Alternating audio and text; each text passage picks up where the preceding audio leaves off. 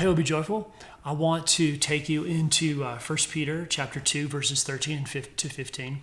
And this is a passage where Peter's going to say some things that must have ruffled some feathers among the Christians that he was writing to. Let me read it to you. I think you'll understand.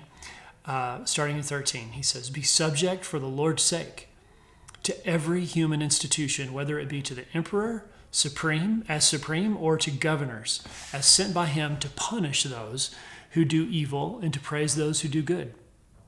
For this is the will of God, that by doing good you should put to silence the ignorance of foolish people."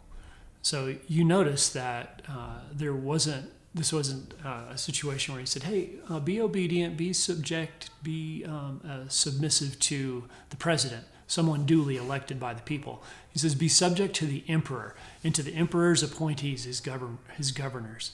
When this letter was read in those churches that were dispersed and that were struggling, you can imagine that their jaws just dropped. Like, you would think that he would have said something different, something about, do the best that you can. You don't have to do everything the government says, something like that, but that is not what he said. And so you can imagine what that might have been like. We can just take it from where we're at right now, how we might have heard it.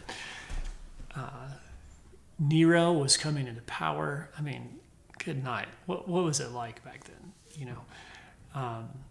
The scripture doesn't say disobey Jesus. The scripture doesn't say do something that causes sin or is sin. I mean, we remember Daniel and his friends and the decisions that they make as an example for us, and when it is appropriate not to obey the government. But nevertheless, this is what he says, and he gives two reasons. He says one reason to do this, to be subject to the emperor, is for the Lord's sake.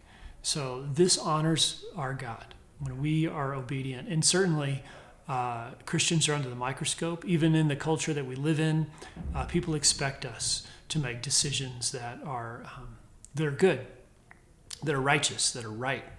And so we need to follow through with that. It honors our God. And second, it says it's God's will. And part of his will is to silence foolish people.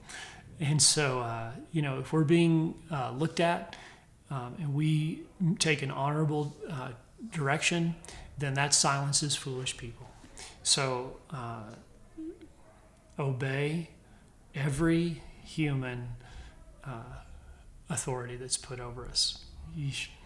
Hard. So quick application to think about, since this is such an interesting time in our current culture around this kind of topic.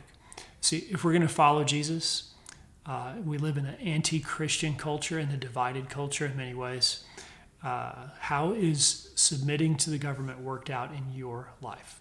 Like, if you could just write down, how are you submitting to the government? How are you not? Where is the weakness? Where are you struggling?